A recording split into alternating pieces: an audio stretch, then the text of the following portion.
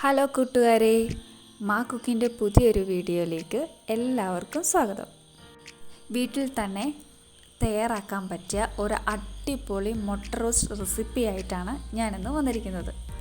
അതിനാദ്യം തന്നെ മുട്ട ഒന്ന് പുഴുങ്ങിയെടുക്കാം.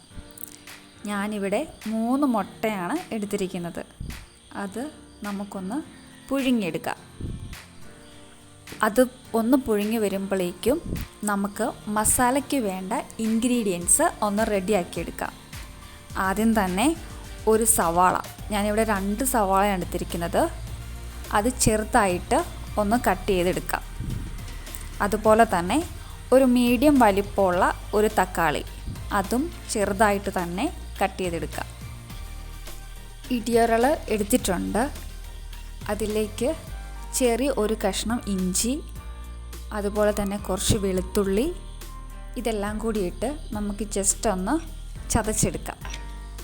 അപ്പോഴേക്കും നമ്മുടെ മുട്ട ഒന്ന് കുക്കായി വന്നിട്ടുണ്ട്. നമുക്കതിൻ്റെ തോട് ഒന്ന് പൊളിച്ചെടുക്കാം. ഞാനിത് ഓൾറെഡി പുഴുങ്ങിയതിന് ശേഷം തണുക്കാനിട്ട് വെച്ചതാണ്. ആ തണുത്തതിന് ശേഷമായിരിക്കണം നമ്മൾ മുട്ട പൊളിക്കാൻ എടുക്കേണ്ടത്. അല്ലെന്നുണ്ടെങ്കിൽ ആ ദശയെല്ലാം തോടോട് കുടുങ്ങി പറഞ്ഞു വരും. അപ്പോൾ അതുകൊണ്ട് അത് ഒഴിവാക്കാൻ വേണ്ടിയാണ് ജസ്റ്റ് മുട്ട കുറച്ച് നേരം ഐസ് വെള്ളത്തിലൊക്കെ ഇട്ട് വെച്ചതിന് ശേഷം അതിൻ്റെ തോട് പൊളിച്ചെടുക്കുകയാണെന്നുണ്ടെങ്കിൽ നമുക്ക് നല്ലതുപോലെ തോട് കളഞ്ഞ് നല്ല വൃത്തിയായിട്ട് കിട്ടും. അങ്ങനെ ഞാൻ 3 മുട്ടയും പൊളിച്ച് നല്ല വൃത്തിയാക്കി വെച്ചിട്ടുണ്ട്. ഇനി നമുക്ക് ആ ഓരോ മുട്ടയും 2ആയിട്ട് കട്ട് ചെയ്തെടുക്കാം. അതിൻ്റെ ഉണ്ണി പൊട്ടിപ്പോകാതെ നല്ല വൃത്തിക്ക് നമുക്കൊന്ന് കട്ട് ചെയ്ത് മാറ്റി വെക്കാം. ഇനി നമുക്ക് ചട്ടി ചൂടാക്കിയതിന് ശേഷം കുറച്ച് ഓയിൽ ഒഴിക്കാം. അതിലേക്ക് കാശ്മീരി ചില്ലി പൗഡർ, ഞാനിവിടെ കാശ്മീരി ചില്ലി പൗഡറാണ് എടുത്തിരിക്കുന്നത്. അതാകുമ്പോൾ അധികം എരിവ് കാണത്തില്ല. പിന്നെ ഒരു 1/4 ടീസ്പൂൺ മഞ്ഞൾപ്പൊടി, ഇതെല്ലാം എണ്ണയിലിട്ട് ജസ്റ്റ് ഒന്ന് ചൂടാക്കിയെടുക്കുക. എന്നിട്ട് അതിലേക്ക് നമ്മൾ കട്ട് ചെയ്ത് വെച്ചിരിക്കുന്ന നമ്മളുടെ മുട്ട എടുത്ത് ഇടാം. അങ്ങനെ മസാല ഇട്ടതിന് ശേഷം നമ്മൾ മുട്ട ഇടുകയാണെന്നുണ്ടെങ്കിൽ ആ മുട്ടയിലേക്ക് ഡയറക്റ്റായിട്ട് ആ കളർ അങ്ങ് കയറും. അപ്പോൾ ജസ്റ്റ് ഒന്ന് നമുക്ക് ഒന്ന് ഫ്രൈ ആക്കിയെടുക്കാം. ഇപ്പം ഞാൻ ജസ്റ്റ് ഒരു കറിച്ചട്ടി എടുത്ത് വെച്ചിട്ടുണ്ട്. അതിലേക്ക് ഞാൻ ആ മുട്ട വറുത്ത വെച്ച എണ്ണയാണ് എടുത്തിരിക്കുന്നത്. ആ എണ്ണ ഒന്ന് ചൂടായി വരുമ്പോഴേക്കും കടുകിട്ടൊന്ന് പൊട്ടിക്കാം. കടുക് നല്ലവണ്ണം പൊട്ടി വന്നിട്ടുണ്ട്. അതിലേക്ക് നമ്മൾ നേരത്തെ ചതച്ച് വെച്ച ഇഞ്ചി വെളുത്തുള്ളി ഇട്ട് കൊടുക്കുക. നന്നായിട്ടൊന്ന് ഇളക്കി കൊടുക്കുക. അത് ജസ്റ്റ് ഒന്ന് മൂത്ത് വരണം. നല്ലപോലെ ഒരു കളറ് മാറി ഒന്ന് മൂത്ത് വരണം. ഇഞ്ചിയും വെളുത്തുള്ളി നല്ലവണ്ണം ഒന്ന് മൂത്തിട്ടുണ്ട്. അതിൻ്റെ കൂടെ ഞാൻ 2 പച്ചമുളക് കൂടി കീറി ഇടുന്നുണ്ട്. എരിവിനനുസരിച്ച് വേണം പച്ചമുളകൊക്കെ ഇടാനായിട്ട്. ഞാനപ്പോൾ ഇവിടെ 2 പച്ചമുളക് എടുക്കുന്നുള്ളൂ.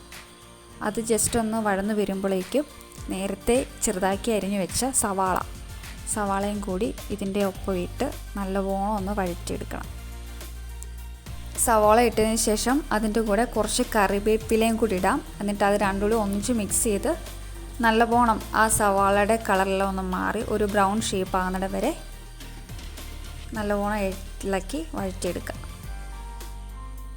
ഒന്ന് വഴറ്റി വരുമ്പോഴത്തേക്കും നമുക്ക് നേരത്തെ അരിഞ്ഞ് വെച്ചിട്ട് നമ്മുടെ ഒരു തക്കാളി അതോടെ ഇട്ട് കൊടുത്ത് നല്ലവണ്ണം ഇളക്കി ആ തക്കാളി ഒന്ന് വഴന്ന് വരണം. ആ ഒരു ടൈം വരെ നല്ലോണം ഇളക്കി വെക്കാം. ഇനി ഇതിലേക്ക് വേണ്ട ആവശ്യമായ കറി മസാലയൊക്കെ നമുക്ക് ചേർക്കാം. ആദ്യം തന്നെ മഞ്ഞൾപ്പൊടി ഓൾറെഡി ഇട്ട് ആണ് നമ്മൾ മുട്ട വറുത്ത് വെച്ചിരിക്കുന്നത്. അതുകൊണ്ട് അതിനനുസരിച്ച് വേണം നമ്മൾ രണ്ടാമതും മഞ്ഞൾപ്പൊടി ചേർക്കാനായിട്ട്.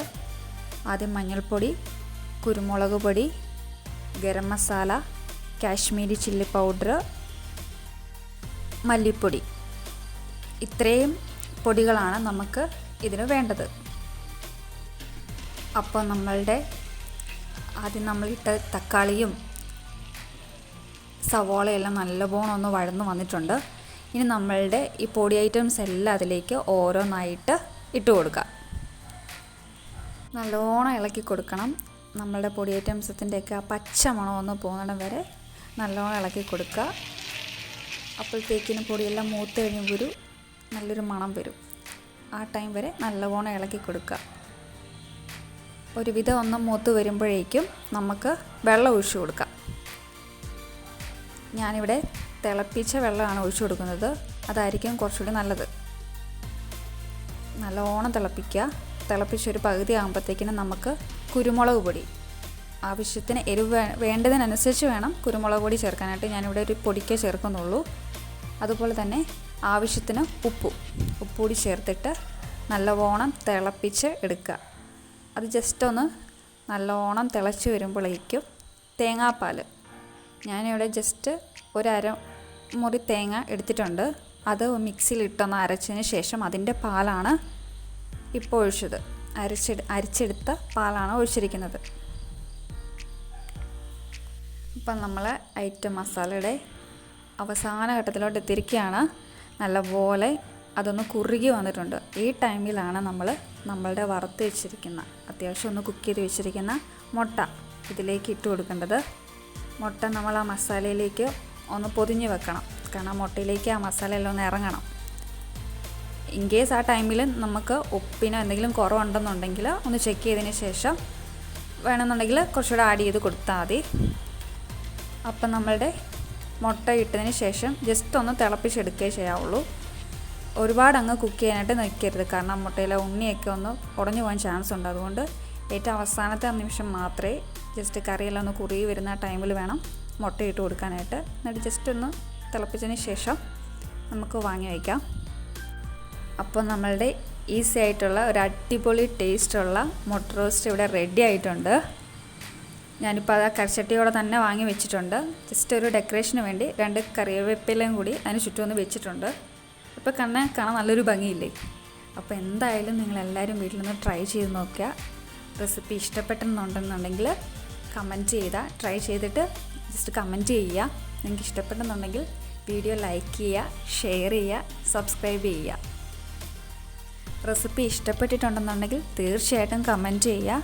അതുവരേക്കും മാക്കുക്കിൻ്റെ പുതിയൊരു വീഡിയോ ആയിട്ട്, പുതിയൊരു റെസിപ്പി ആയിട്ട് വീണ്ടും വരുന്നതായിരിക്കും. അതുവരേക്കും ടാറ്റാ.